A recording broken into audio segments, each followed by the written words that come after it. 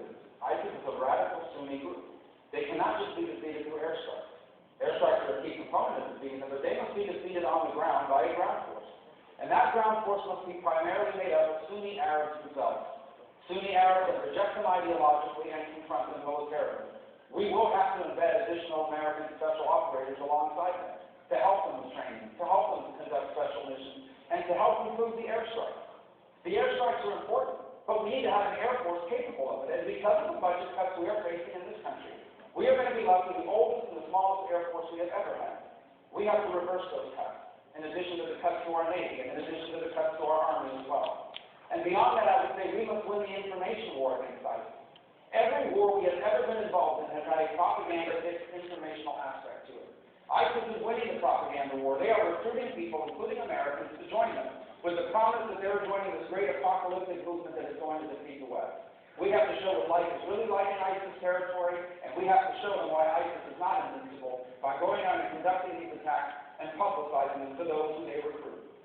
Because I asked the question for Senator, because you said this, you said he, referring to Senator Cruz, voted against the Defense Authorization Act every year that it came up, and I assume that if he voted against it, he would veto it as president. That's the bill that funds. That is true. That is accurate. 3 times he voted against the Defense Authorization Act, which is a bill that funds the troops, that also, by the way, funds the Iron Dome and other important programs. And I have to assume that if you vote against it in the Senate, you would also veto it as president. He has also supported, by the way, a budget that is called the containment budget.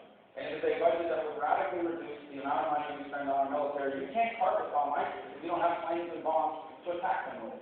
And if we continue those cuts that we're doing now, not to mention additional cuts, we are going to be left with the oldest and the smallest Air Force this country has ever had. And that leaves us left. Senator Cruz. Well, Marco has continued these attacks, and he knows they're not true. Yes, it is true that I voted against the National Defense Authorization Act because when I campaigned in Texas, I told voters in Texas that I would oppose the federal government having the authority to detain U.S. citizens permanently with no due process. I repeatedly supported an effort to take that out of that bill, and I honored that campaign commitment. But more broadly, the notion Marco is suggesting that somehow he also has taught more than a few insults in this direction. Let's be absolutely clear.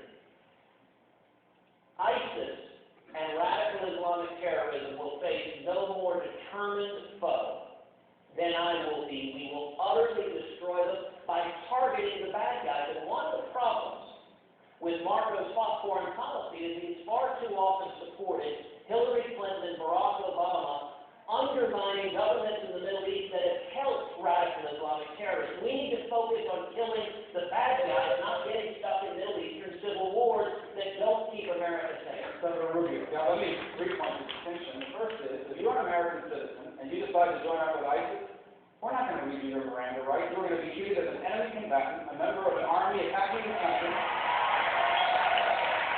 Number 2. We do need our defense capabilities. It is a fact that the cuts we are facing today and the cuts that Senator Cruz would have supported would leave us with an even smaller Air Force and a smaller Navy than the one we are going to be left with. And the final point that I would make is Hillary Clinton and Barack Obama's strategy is to lead from behind. It sounds like what he's outlining is not to lead at all. We cannot continue to outsource foreign policy. We must lead. We are the most powerful nation in the world. We need to begin to act like it again. We're going to have much more on this.